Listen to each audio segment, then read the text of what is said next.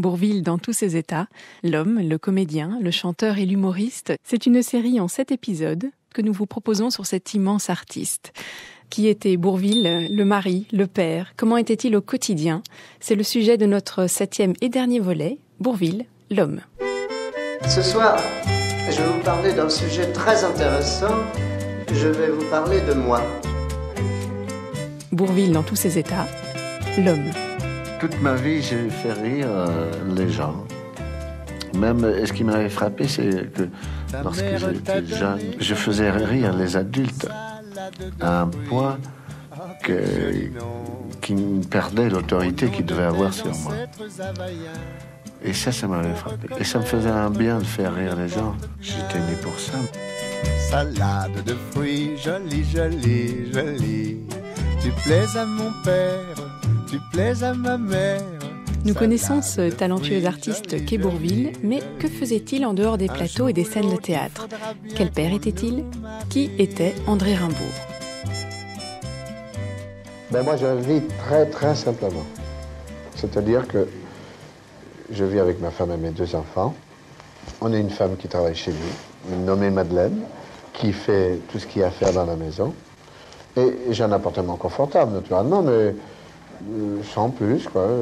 Je prends mes repas le plus possible chez moi, sauf quand je suis en tournée, mais je suis en tournée rarement. Comme je fais beaucoup de théâtre, je suis très souvent à Paris, je prends mes repas le midi et le soir chez moi parce que j'aime être avec mes enfants. Parce que si on n'adopte pas cette méthode, les années passent et d'un seul coup, on se retrouve devant des enfants qui ont 15 ans, sont des hommes, et on se dit, mais je ne les ai pas vus tout petits.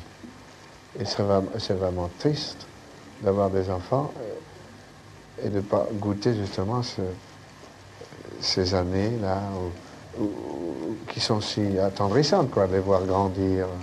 Crier après, d'ailleurs, parce que ça ne se passe pas toujours. Vous dites une vie simple, en fait, ça ne doit pas être si facile que ça de mener une vie simple dans votre cas, parce que, enfin, en rue, par exemple, on vous reconnaît tous les 10 mètres. Moi, non, pas tellement. Surtout en ce moment, parce qu'il fait froid. Alors, je me couvre la tête pour préserver ma tête, parce que, je ne sais pas si vous avez remarqué, j'ai plus tellement de cheveux. Si, bon. Merci, si joli. C'est l'instruction qui fait ça, vous savez. Dès que je force un peu dans ce domaine, parce que j'ai mon certificat d'études, n'est-ce pas, les cheveux tombent, alors j'arrête. J'ai arrêté, d'ailleurs. Alors, je vous disais, dans la rue, en ce moment, comme il fait froid, je suis très couvert, voyez-vous, j'ai mon petit cache-colle, comme ça, et comme je suis ridicule avec un chapeau, je mets une casquette, et comme ça, j'ai l'air d'un voyou. Alors, les voyous, vous savez, on ne les aborde pas. Voilà. Il y avait chez mon père une très grande joie de vivre.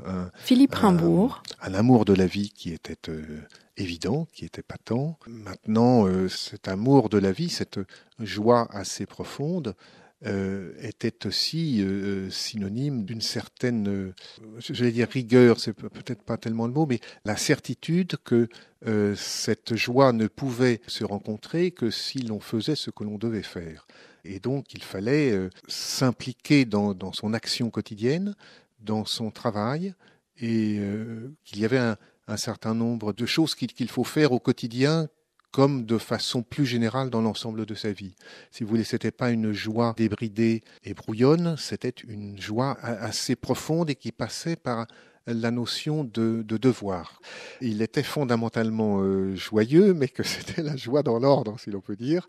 C'est-à-dire que c'était une joie profonde, une joie de vivre, et dont le rire n'était pas absent. Et il aimait faire rire, mais il fallait aussi que ce rire puisse bien s'inscrire dans une organisation du quotidien, une organisation familiale, une organisation de la vie, du lever jusqu'au coucher, qui soit réglée et au cours de laquelle tout ce qui devait être fait soit effectivement réalisé. Et donc ce n'était pas synonyme de laisser aller. Alors on a le sentiment que Bourvil était un homme qui aimait profondément la vie et les hommes. Il transparaît en tout cas la tendresse et l'humanité. Quelles sont les valeurs qu'il vous a transmises? Alors je crois qu'effectivement c'est cette valeur d'humanité, on a envie de dire d'amour de son prochain, même si Ça a une connotation et fait référence à d'autres cultures que celles auxquelles on peut penser, que c'est une des premières valeurs qui transparaissait. Mais il n'y a pas eu de transmission de valeurs explicites, si vous voulez. Il n'y avait pas des préceptes qui étaient enseignés au fil des années. C'était plus une ambiance qui faisait ressortir certains comportements et duquel on pouvait déduire que l'attirance pour l'humanité de façon générale était quelque chose d'important. Alors il dit qu'il adorait faire rire, que ça le dopait, que celle-là le grisait. Est-ce que au quotidien, il avait aussi cette tendance-là où il était beaucoup plus sévère, on va dire, comme père ? Non, il était pas extrêmement sévère, il adorait faire rire. C'est vrai que Dominique Rimbaud. Des trucs anodins. Le téléphone pouvait sonner et il se mettait à courir pour répondre au téléphone en disant encore un contrat, ça, les affaires marchent, ça reprend. Voilà, ce genre de blague au quotidien, il y avait une espèce de gaieté. Il était sans doute, c'était un père attentionné. Il avait un grand respect pour l'école. En fait, il doit à son instituteur le fait de ne pas avoir pris la succession de son beau-père dans la ferme. Il y a 2 hommes à qui il doit beaucoup, son beau-père et l'instituteur. Et ces 2 hommes-là ont beaucoup compté dans sa vie. Son beau-père l'a toujours protégé, il a toujours traité à égalité les enfants, ses propres enfants et ses beaux-enfants. Il a fait en sorte qu'il puisse ne pas reprendre la ferme, parce que c'était pas son souhait. L'instituteur l'a poussé à faire des études, et le beau-père aussi l'a défendu lorsqu'il a trouvé que l'internat était tellement dur qu'il n'a pas voulu continuer l'internat, et grâce à l'école, il a pu faire un peu partir de la campagne, venir au chef-lieu de canton, être d'abord boulanger, s'inscrire dans la musique locale, il jouait déjà depuis longtemps, mais s'inscrire dans la musique locale, puis s'engager dans l'armée en devançant l'appel pour pouvoir intégrer un régiment de musiciens et un régiment de musique. Et donc il avait un grand respect pour les études, pour le travail intellectuel, pour les gens qui étudiaient. Donc il souhaitait que ses enfants fassent des études, il souhaitait qu'on travaille. En dehors de ça, il avait quand même une espèce de grande liberté. Il déléguait beaucoup à ma mère dans les relations quotidiennes, mais c'était un père qui était un père tout à fait agréable. Quand on est papa, il faut souvent, pour plaire aux enfants, être dans le vent. Moi j'ai compris ça, c'est pas idiot, en écoutant la radio yo-yo. Je me suis remis de Colmarin qui m'allait si bien dans mes copains. Mes enfants m'ont dit, c'est le bouquet, papa t'es un père, ok. Je suis papa et je suis dans le coup, je suis dans le coup, je suis dans le coup. Et pour danser le yéyé, je suis parti du bon pied. Quand j'entends siffler le train, je me sens plein dans le train. Pour moi l'école est finie, oui, oui, oui. Je suis papa et je suis dans le coup, je fais joujou, j'ai pris des leçons de twist pour devenir un artiste. Et si je semble un peu fou, je m'en fous, je suis papa et je suis dans le coup. Oui, je suis soufflé. J'avais bien pensé dès le départ pour faire du pétard, jouer de la guitare, mais ça marche à l'électricité et le courant était coupé. Ah, quand la guitare au gaz, j'ai voulu frapper sur un tambour, mais c'est un peu sourd pour crier l'amour. Alors sous l'œil rond de mes fistons, j'ai joué du twist au piston.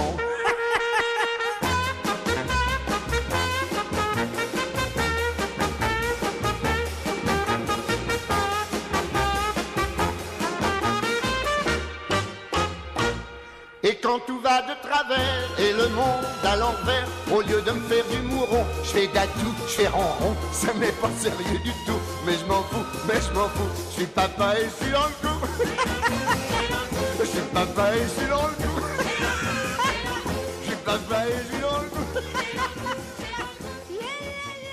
Bourvil, auriez-vous pu vivre sans famille ? J'aurais été triste, certainement, parce que quand on arrive à 45 ans, et que l'on n'a que son métier comme passion, il y a des jours où ça devient inquiétant. Parce que quand on vieillit, on se dit ça va pas toujours durer, il y aura bien un jour où il faudra que je laisse la place aux jeunes. Et on se dit, qu'est-ce qui me restera ? Il me restera rien. Alors que lorsqu'on a des enfants, qui vous donne une deuxième jeunesse, d'ailleurs, et qui vous critique gentiment, et c'est amusant, on se dit, je consacrerai tout le bien-être que j'ai pu acquérir, à leur faire une sorte de tremplin, quoi, pour que eux réussissent. Bourvil et Jeanne ont eu 2 enfants, Dominique qui est né en 1950 et Philippe qui est né 3 ans plus tard, en 1953. Bourvil avait connu l'internat dans sa jeunesse et c'était d'ailleurs pour lui une très mauvaise expérience. Parce que moi, je ne veux pas qu'ils soient pensionnaires. J'habite Paris pour eux. Et ma femme s'en occupe beaucoup. Et ils sont à l'école, à 800 mètres de chez nous. Et je voudrais qu'ils apprennent un métier. Qu'ils passent leur bac et qu'ils apprennent un métier. Pas le métier de comédien. Non, parce que j'estime que c'est un métier qu'on n'apprend pas. On l'a en soi, qu'on soit charcutier ou bien avocat ou docteur ou n'importe quoi. Celui qui a quelque chose à dire dans ce métier, il le dit un jour ou l'autre. Et il n'a pas besoin de professeur. Est-ce que vous pensez que Brassens avait besoin d'un professeur? On n'a pas appris à Musset à écrire des vers. Parce que maintenant, ce métier est tellement spécialisé, comme la vie d'ailleurs, on a tous des spécialistes. On doit venir avec son bagage. Parce que celui qui vient avec un premier prix de conservatoire, il n'est pas original, parce qu'il y en a plusieurs centaines de prix de conservatoire, alors il risque d'attendre. Alors que celui qui vient avec un bagage bien particulier, il intéresse les gens, parce que forcément, il n'est pas comme les autres. Alors on ne peut pas le savoir, ça, avant la maturité, avant 25 ans. Et si, subitement, à 25 ans, un de vos enfants dit « Ça y est, j'ai décidé, c'est irrésistible, je suis comédien », est-ce que vous l'aiderez? Ah oui, si je sens qu'il a quelque chose. Mais quand même, je veux qu'il ait avant un métier, qu'il soit, je sais pas quoi, pharmacien ou... Ce qui fait que s'il ne réussit pas, il reviendra tranquillement faire son métier et il ne sera pas aigri. Parce qu'il n'y a rien de plus triste que ce métier.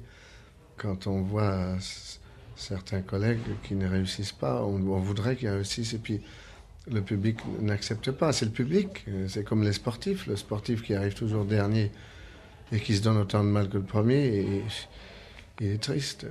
C'est l'injustice de la vie, on n'y peut rien.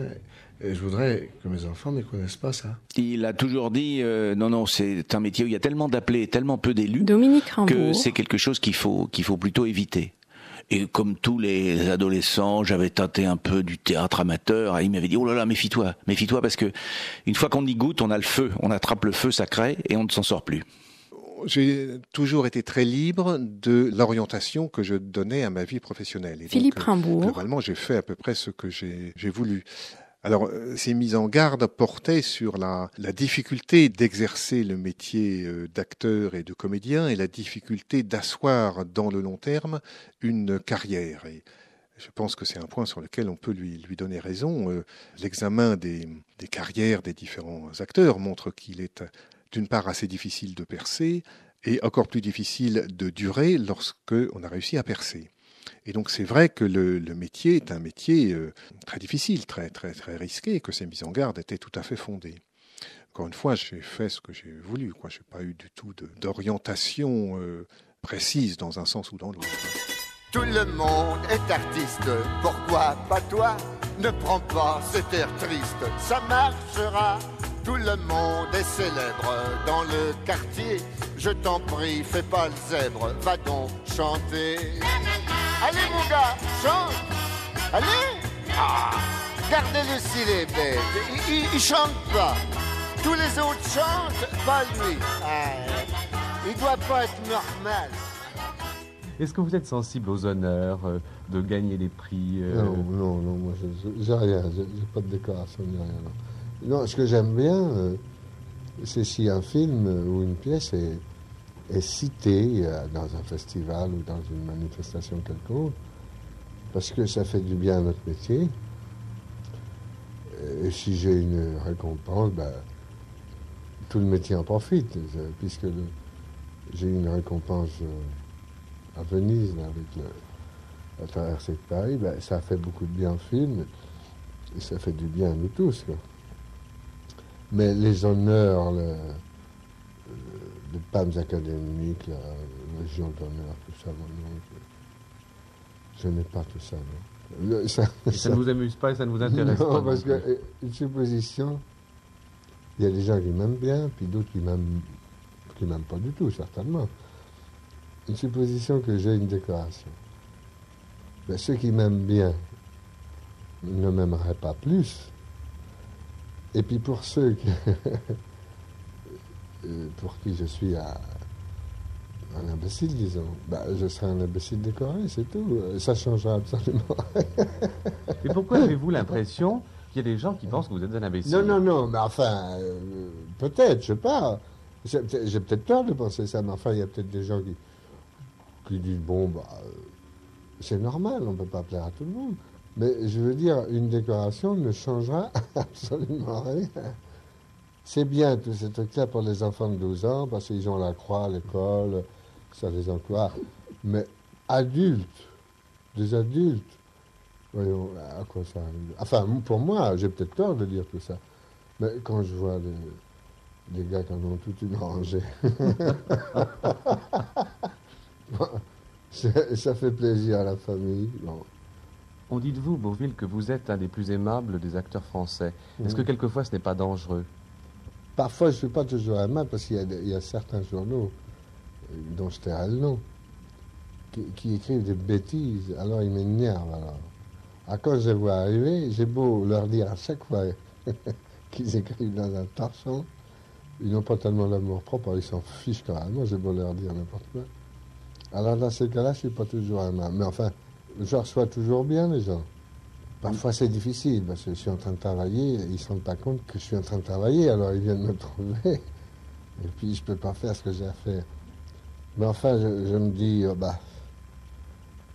le jour où personne ne viendra plus me parler, ce sera beaucoup plus triste. Alors, quand je pense à tout ça, je me dis, sois content, quoi. Mon père avait à ce sujet-là une formule qui disait « c'est parfois embêtant d'être reconnu dans la rue, mais quand on est un acteur, c'est encore plus embêtant de ne pas être reconnu. Donc il faut faire avec.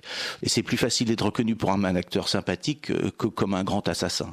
Ça obligeait à des contraintes. C'est-à-dire qu'il y a des tas d'endroits dans lesquels il ne pouvait pas aller. Quand on était petit, on voulait aller à la fête foraine et il nous disait « non, je ne peux pas aller avec vous. C'est impossible d'aller dans une fête foraine. Je ne vais jamais m'en sortir. » Il ne pouvait pas aller dans un café, surtout dans l'époque où il y avait des cafés avec de la musique, parce qu'à ce moment-là, on lui demandait une chanson. Je l'ai vu se faire coincer dans des dizaines d'endroits. Je l'ai entendu réciter, parce qu'il ne voulait pas chanter sans musique, parce que ça déçoit les gens. Donc, je l'ai vu réciter la causerie anti-alcoolique des dizaines de fois. Une fois, on était petit, on était allé à un réveillon. On était à l'hôtel et on était allé à un réveillon il y avait un bar où il y avait de la musique. Et dès qu'il est arrivé sur scène, une chanson, dès qu'il est arrivé dans la salle, une chanson, donc il a fait la causerie anti-alcoolique. Le numéro était rodé, il pouvait le sortir n'importe où, il aurait pu jouer ça dans un placard à balai, c'était au point, mais c'est forcément des contraintes. Et il y a des endroits où il ne pouvait pas, absolument pas aller, quoi. Mais bon, chaque métier a ses contraintes et ses avantages et ses inconvénients. Mais d'un autre côté, il a toujours dit, et je n'ai aucun mérite, je fais un métier qui me plaît, je gagne bien ma vie. Monsieur le délégué de la Ligue anti-alcoolique vous parle. Mesdames, mesdemoiselles, messieurs, en tant que délégué, de la Ligue anti-alcoolique, je vous parlerai de l'eau minérale, de l'eau ferrugineuse.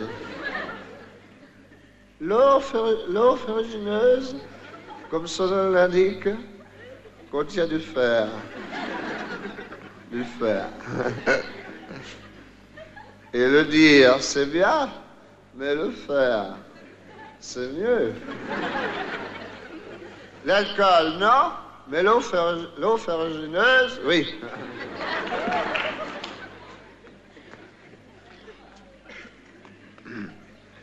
Et je suis fier, je suis fier de faire à cheval sur le principe une conférence contre l'alcool. L'alcool, non, mais l'eau ferrugineuse, oui.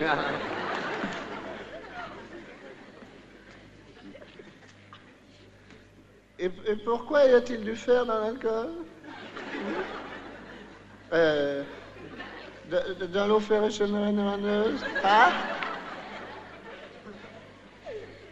C'est parce que le fer a repassé Non, pas le fer. L'eau, disais, l'eau, c'est parce que l'eau a passé et repassé sur le fer, et le fer a dissous. Il a dissous le fer. Et le fer à dissous, c'est pas cher, hein? Alors, pourquoi boire cet alcool qui, plus onéreux que le rafraîchineuse, ruine la santé et le portefeuille? L'alcool, non, mais l'eau rafraîchineuse, oui.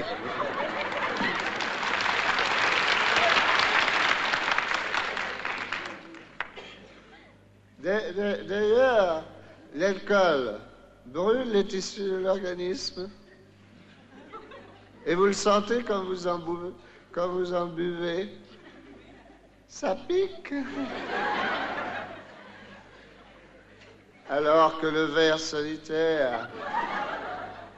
non, pas le verre solitaire. Le fer est salutaire.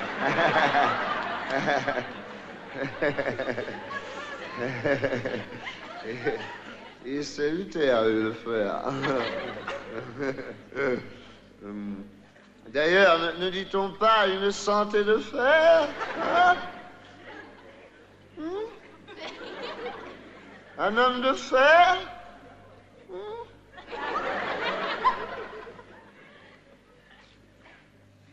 Un chemin de fer?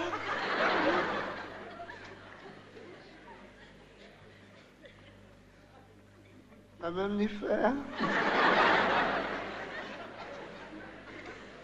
Alors suivez-moi. Et comme disait mon grand-père, mon grand-père, il faut vivre, mais il faut pas s'en faire.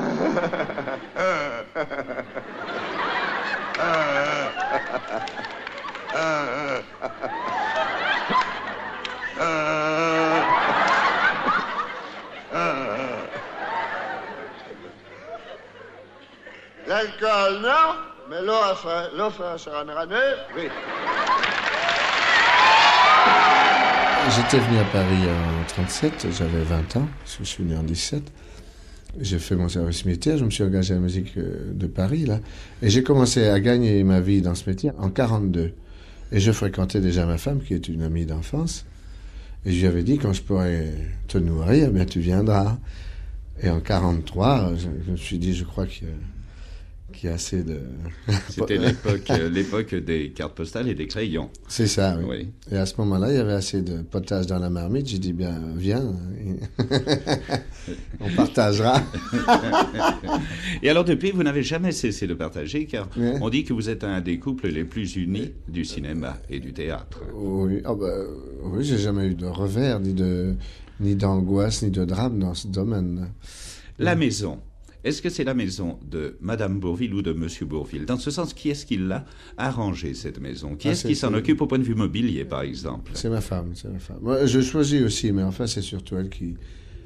Tout le côté matériel, c'est elle qui en a la charge. À un point que je ne m'occupe jamais de l'argent, quoi. À un point que je lui demande de l'argent de poche. L'argent, je ne le vois jamais. Ça va vous paraître bizarre. Au théâtre, c'est pas moi qui prends la paye, parce que j'ai une feuille de paye, comme tout le monde. C'est l'impresario. Au cinéma, c'est la même chose. Il y a peut-être 15 ans que je n'ai pas vu un contrat. Ce qui fait que je n'ai pas le plaisir de toucher cet argent. D'ailleurs, ça m'est complètement égal, parce que je n'ai pas l'amour du billet. Du gousset. Il doit beaucoup à ma mère. Dominique Rimbaud. C'était elle qui quand même organisait tout. La vie quotidienne, c'était elle qui gérait. C'était elle qui gérait les comptes, qui gérait la gestion de tout. C'était elle qui lui donnait des conseils pour sa carrière. Et c'était elle qui a eu l'intelligence de suivre, c'est-à-dire de s'adapter à une situation qui était quand même assez difficile.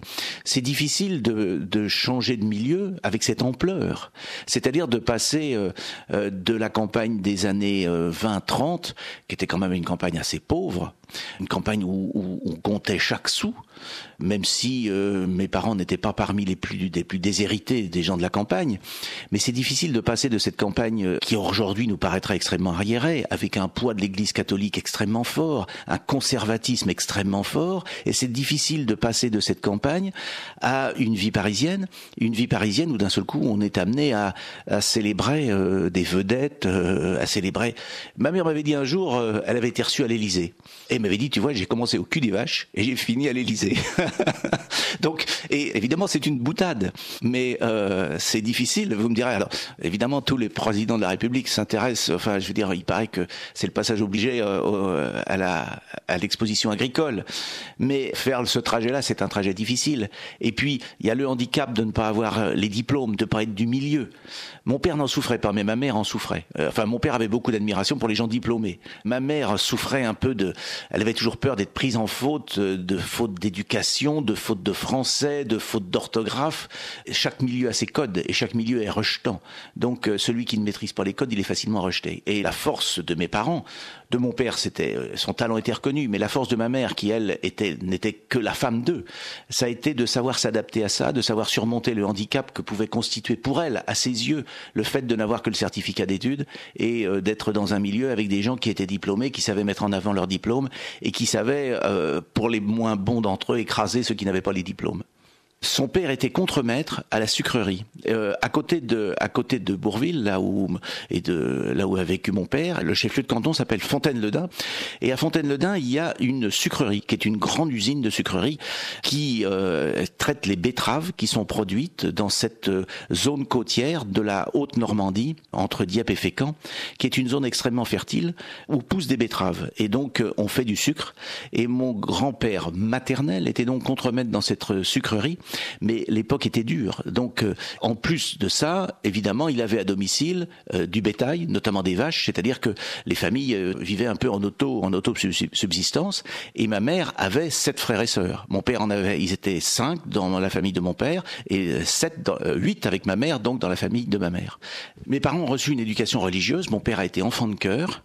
Ma mère a reçu une éducation religieuse, mais c'était l'église des années 30.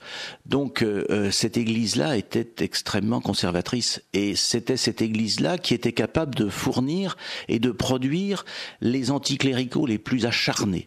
Et mes parents se sont construits en partie contre l'église, c'est-à-dire qu'ils étaient parfois, pas toujours, mais relativement anticléricaux. Avec cette nuance près qu'ils appréciaient ceux qui savaient se donner aux autres, faire un effort pour les autres. Mais leur relation avec l'église, il y avait un rejet profond. Et il y avait chez mes parents un anticléricalisme qu'enfant je considérais parfois comme un peu abusif, parce que ça sortait toujours.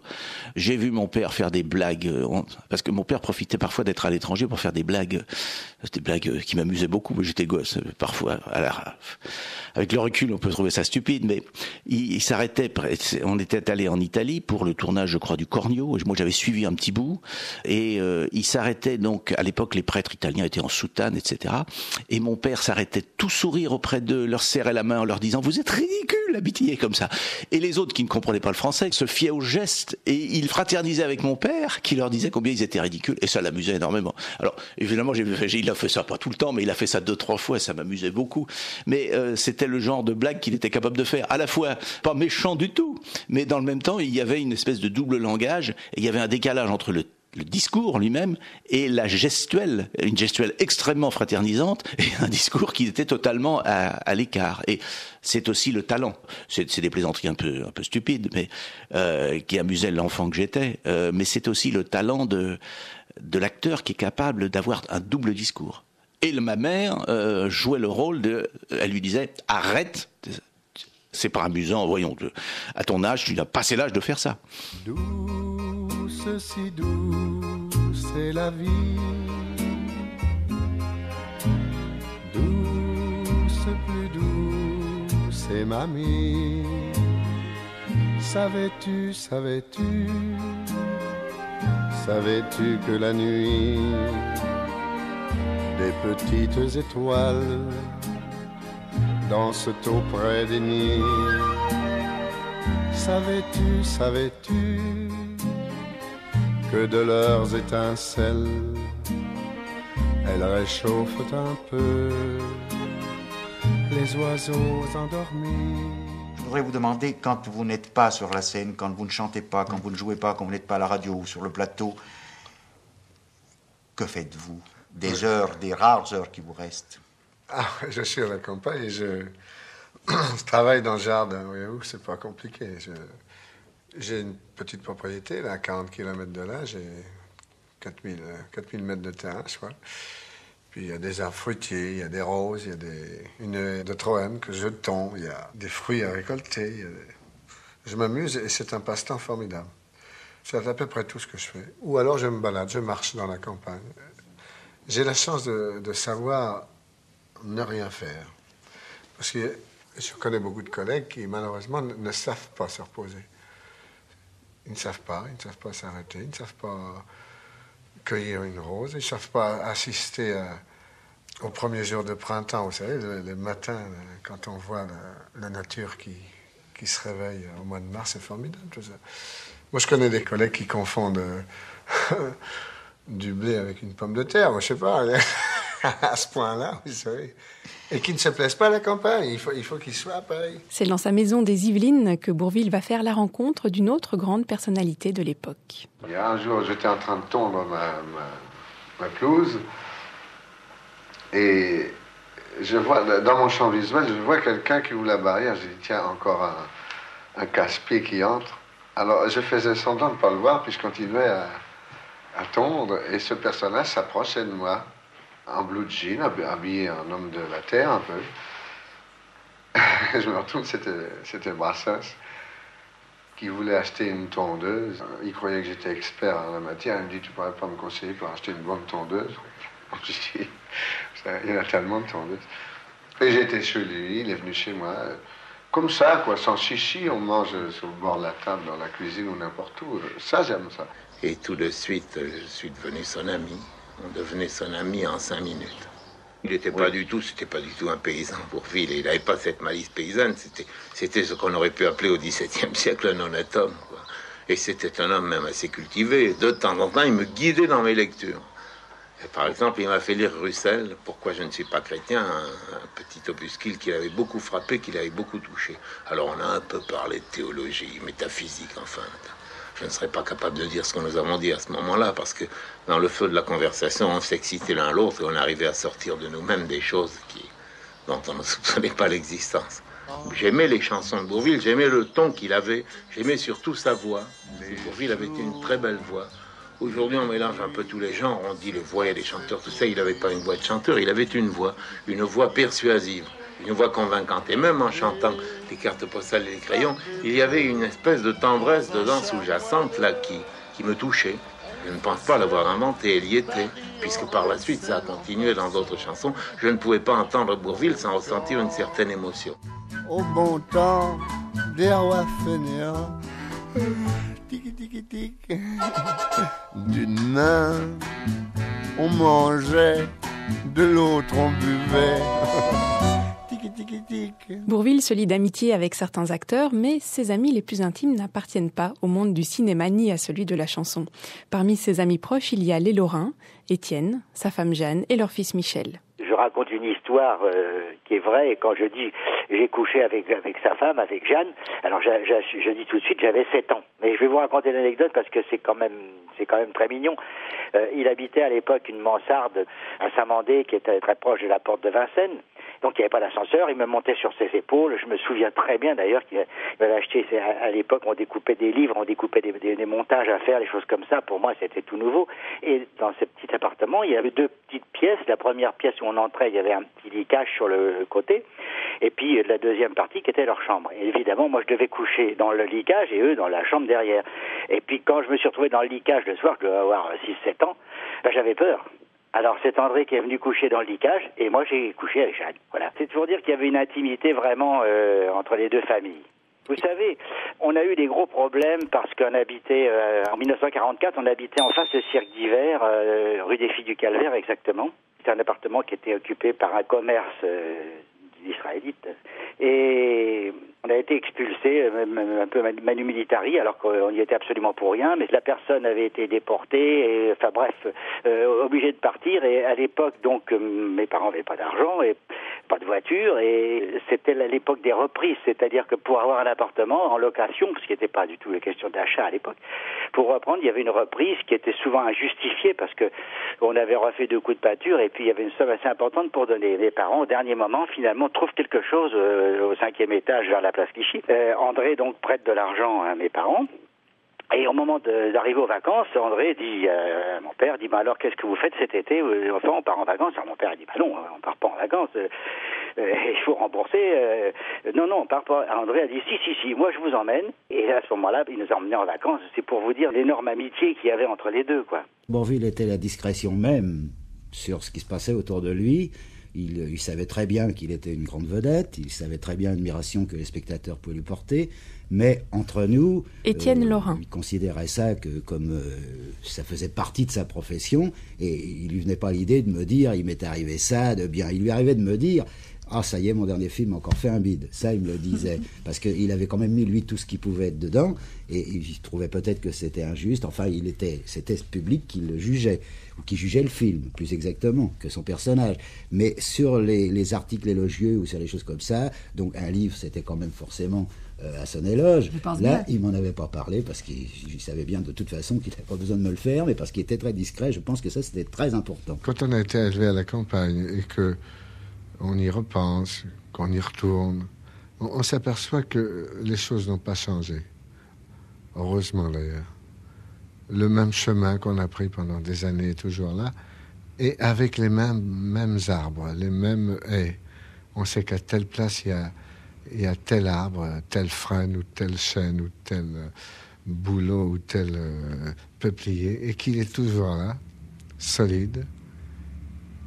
Et c'est assez émouvant parce que les gens ne sont plus les mêmes, malheureusement. Et mon cas, comme je suis parti depuis très longtemps, j'avais 17 ans, j'en ai 52, ça fait 35 ans. Et les gens de mon âge ne sont plus là, ils sont partis travailler soit au chemin de fer, soit à l'EDF ou ailleurs. Et il reste leurs enfants. Et je connais leurs enfants parce que certains leur ressemblent. Je dis, tiens, celui-là, c'est un gars un tel ou une fille un tel. Mais malheureusement, ces petits, et même ces jeunes gens, comme ils me voient très rarement, ils ne m'appellent pas André par mon prénom, ils m'appellent Monsieur. Alors le fait qu'on m'appelle Monsieur chez moi, je me sens déjà un peu étranger, ça fait drôle, quoi. Et ça donne un coup de vieux. c'est pas gai ce que je vous raconte là. Moi, je trouvais qu'au contact de Bourvil, je m'enrichissais à chaque fois que nous avions des discussions sur des points sérieux. Étienne Lorrain. Parce qu'il avait la façon de voir les choses, c'était tellement net, tellement précis. Tout était clair quand il avait parlé de quelque chose, d'un problème international comme d'un problème commun, mais c'était toujours très précis et d'un bon sens absolu. Il a commencé à être malade, moi j'étais assez jeune, et il est mort, j'étais encore jeune, il y avait peu de discussions politiques. Dominique Rimbourg. Mais je l'ai entendu prendre quelques prises de position politique. Il s'est prononcé en faveur de l'indépendance de l'Algérie, très vite, en disant on peut pas rester dans un pays qui n'est finalement pas le nôtre, dans une situation dans laquelle une partie de la population vit assez confortablement, plus ou moins confortablement, mais une autre partie de la population qu'on appelait à l'époque indigène, vit dans des conditions de pauvreté qui sont inacceptables. Donc ça veut dire que notre présence ne se justifie pas du tout. Nous n'avons pas apporté les bienfaits que l'on prétend avoir apportés. Et même si ça va correspondre sans doute à une diminution générale du niveau de vie, ce sont des gens qui seront maîtres chez eux. C'est la première fois que je l'avais entendu dire, se prononcer là-dessus. Avec aussi cette référence au diplôme, parce que pendant un moment, le gouvernement provisoire algérien, je je parle de mémoire, j'espère ne pas dire de bêtises dans les sigles, mais était dirigé par un pharmacien, Ferrat Abbas. Et il disait, mais Ferrat Abbas, il est pharmacien, quand même, pharmacien. Il peut pas emmener son pays dans quelque chose d'épouvantable. Donc il y avait toujours cette révérence et cette référence au diplôme. Et je crois que ça, c'était très, très marqué chez lui. Pour le restant, il avait participé aux discussions sur le Front populaire, l'arrivée de Léon Blum. Il m'avait raconté des scènes où il y avait un meeting des opposants à Blum.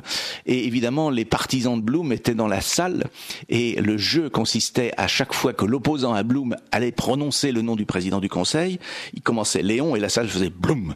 Et alors donc tout le jeu, évidemment, l'orateur avait compris qu'il fallait absolument pas citer le nom de Léon Blum et tout le jeu consistait à l'interpeller en disant mais comment il s'appelait le président du Conseil? Et la salle Blum. Donc ça l'avait amusé, mais il était aussi partisan du Front populaire à l'époque. Bourvil, si vous n'aviez pas été acteur, qu'est-ce que vous auriez fait?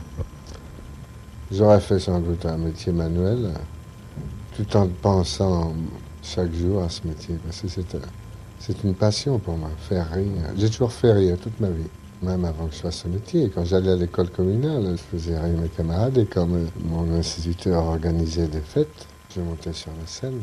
Faire rire pour moi, c'est un besoin. Quand ça me grise. Quand je vois des gens qui rient, mais qui rient aux larmes, surtout dans une grande salle où les rires arrivent par vagues, vous savez, ben, je ne sens plus ma fatigue, je suis grisé par ça. C'est comme un sportif qui va toucher le but et qui est encouragé par des bravos. Et ça, on le ressent lorsqu'on a ce métier-là dans la peau, quoi. Et c'est pas du cabotinage, ne croyez pas ça, c'est un besoin. On est né pour ça, ça ne s'explique pas. Hein. Pourquoi un type se détache du groupe et fait-il rire ses semblables? Et ces semblables-là viennent, ils se donnent rendez-vous, ils payent même leur place et ils rient. C'est un phénomène extraordinaire. Quand on voit la vie qu'on vit en ce moment, que des gens prennent la peine de prendre le métro ou leur voiture, on arrive au théâtre, on ne peut pas se garer, ils payent leur place, ils se mettent dans une salle qui n'est pas toujours confortable, où il fait trop chaud, et ils voient un comique qu'ils connaissent, et avec l'espoir de rire. Ils sont là, ils sont prêts, il n'y a plus qu'à appuyer sur le bouton, et si vous avez une bonne chose à leur fournir, ils rient, et après avoir bien ri chez eux. C'est un phénomène extraordinaire, ça. Est-ce qu'il y a des choses qui ont changé dans votre vie personnelle depuis que vous êtes devenu ce qu'on appelle une très grosse vedette? Non, moi j'ai toujours vécu comme ça. Enfin, au lieu d'avoir une voiture, j'en ai trois. J'ai une Citroën, j'ai une 4L et puis une petite Maurice. Mais en dehors de ça, vous comprenez, je n'ai pas de grands besoins. Je ne chasse pas, je ne pêche pas, je ne joue pas. Je n'éprouve pas le besoin d'avoir un yacht. Alors, je vis comme ça, quoi, tout simplement. Et comme je dois faire attention à ma ligne, que je suis comme tout le monde, je ne peux pas manger 4 beefsteaks par repas. J'en mange qu'un. Alors, je n'ai qu'un frigidaire. Puis j'en ai un autre à la campagne, parce que j'ai une maison à la campagne, mais c'est tout. Vous savez, il y a des milliers de gens qui sont comme moi. Hein. Naturellement, je n'ai pas de souci à me faire pour mes vieux jours. Ben, c'est normal, avec la chance que j'ai eue, si en plus de ça, je n'avais pas mis l'argent de côté, je serais impardonnable. Finalement, Bourvil, vous êtes un homme heureux? Ah ben oui, mais je le dis surtout des toits que je suis heureux. Oui, oh ben, si j'étais pas heureux, alors les gens m'engueuleraient, ils diraient qu'est-ce qu'il te faut, dis donc. Non, c'est grave. Non, je dois remercier la Providence tous les matins de m'avoir donné cette étoile, quoi. Troisième titre dans cette édition de 13h, le décès de Bourvil. Je vous rappelle, nous avons appris la nouvelle hier en fin d'après-midi. Bourvil s'est éteint hier, Monique Berger, à l'âge de 53 ans. Oui, nous avons déjà beaucoup parlé de l'immense carrière, de l'étonnante carrière de Bourvil, et je crois que maintenant nous allons surtout faire appel à ceux qui l'ont connu, parce que Bourvil était non seulement un comédien hors pair, mais surtout, c'était un être humain d'une très rare qualité. Et cela sent dans tous les témoignages, dans tous ceux qui parlent de l'ami Bourvil, de l'homme Bourvil qui viennent de perdre. Alors nous commencerons d'abord par Francis Lopez. Francis Lopez qui a composé pour lui beaucoup de chansons, beaucoup d'opérettes, et qui a travaillé très longtemps avec Bourvil. J'ai composé surtout une opérette qui a tenu 5 ans à l'ABC, et je peux dire que en André Bourvil, qui l'a joué pendant 5 ans à la BC, cette opérette s'appelait La Route fleurie, a été merveilleux pendant ces 5 ans. Il a joué du premier jusqu'au dernier jour avec le même cœur. C'est un garçon formidable et qui était d'une sensibilité incroyable pour un personnage dont la robustesse physique paraissait vraiment évidente. En plus, c'était un excellent camarade et j'aimais beaucoup André. Et encore, je vous dirais, j'ai fait beaucoup de films avec lui puisqu'il m'a fait Le Chanteur de Mexico avec le pauvre Mariano. Vous voyez que c'est la vie s'en va drôlement. Et il n'y a pas encore 6 mois, il était ici avec un projet que j'avais. Et il m'a dit, écoute Francis, ça me plaît, c'est formidable, mais je n'ai plus la santé pour le faire. Je lui ai dit, mais si, ça reviendra. Alors, vous voyez, je crois que ce jour-là, il m'a fait un peu de peine dans mon bureau parce que j'ai senti qu'il, je ne sais pas, on aurait dit qu'il avait une prémonition de ce qui allait lui arriver. Louis de Funès aussi a tourné de nombreux films avec Bourvil et c'était un ami pour lui. Louis de Funès se repose en ce moment en Loire-Atlantique et voici ce qu'il nous a dit. Bourvil, pour moi, était le meilleur de tous, j'en trouverai sûrement pas un autre comme ça, de partenaire et de camarade, voilà. De mon camarade et de partenaire à l'écran. Ça n'a plus jamais été remplaçable. Pour moi, il était remplaçable. Enfin, j'espère trouver quelqu'un un autre jour, mais je crois pas, c'est impossible. Irremplaçable et comme gentillesse et comme... enfin, tout c'est un charmant, un énorme camarade et un très charmant ami. Et un homme sain de corps et d'esprit, ce qui est très rare. Il était toujours d'une gaieté, moi qui suis toujours renfrogné et pas drôle et presque sinistre, c'est lui qui me mettait d'une très bonne humeur. C'est le seul, je crois, dans ma vie qui est arrivé à me mettre de bonne humeur le matin. Il était toujours de très bonne humeur, toujours en train de plaisanter, de rire, et je vous garantis qu'il était au vrai sens du mot, alors irrésistible. On a plaisanté ensemble il y a encore 4 ou 5 semaines, mais non 4 semaines, je sais pas, en studio. Il m'a fait bien rire. On a perdu un grand monsieur, un très grand monsieur. J'ai pu rencontrer Gérard Houry tout à l'heure. Il revient de New York. Il a pris l'avion quand il a appris la mort de Bourvil. Et naturellement, Gérard Houry, qu'il a dirigé dans le Cornio, dans la Grande Vadrouille, Gérard Houry est bouleversé. Je suis atterré, consterné. J'ai un énorme chagrin. Je sais absolument pas quoi dire. Je peux pas croire ce qui est écrit dans les journaux. Je peux pas croire ce que les radios disent. Je ne sais pas vraiment. Je n'ai même plus la possibilité de parler. Bourvil, c'était à la fois une grande aventure de cinéma, un artiste admirable qui avait le clavier d'expression le plus étendu que je connaisse, qui pouvait jouer à la fois des rôles dramatiques, qui avait une autorité énorme, et puis qui était un immense comédien comique qui aimait faire rire les gens, ses amis, sa famille, tous ceux qui l'entouraient. Et je dois dire que pour moi, Bourvil, c'est en dehors de tous les panégyriques habituels, quand les gens célèbres disparaissent, c'est certainement l'homme le mieux ou un des hommes les mieux que j'ai pu rencontrer dans ma vie.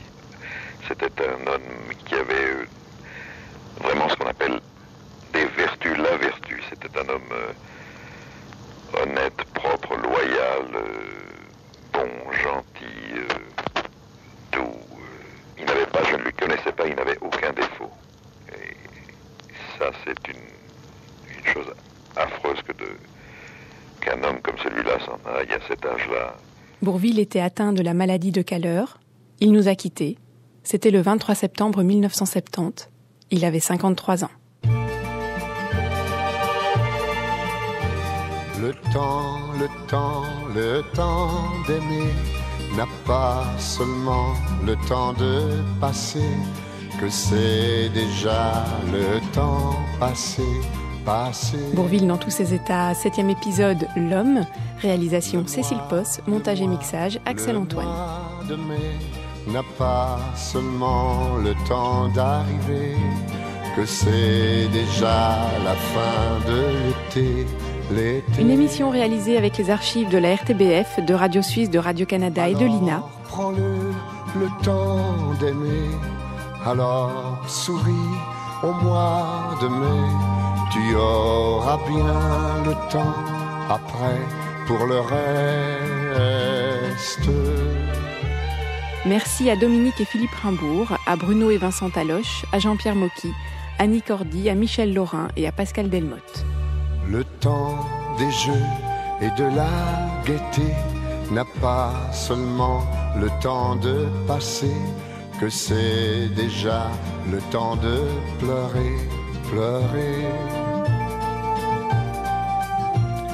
Alors profite de ta gaieté, de tes folies, des jeunes années. Tu auras bien le temps après pour le reste.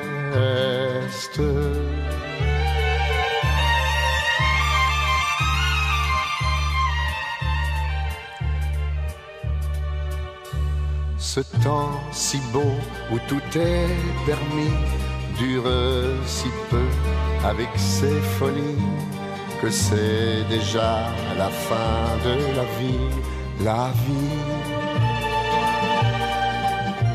Ne pense à rien, ne pense pas et donne tout de toi, car plus jamais il ne reviendra ce temps-là.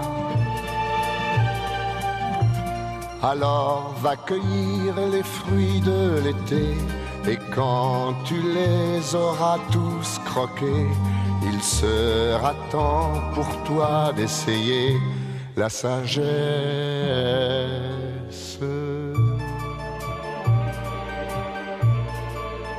Bonne chance mon gars.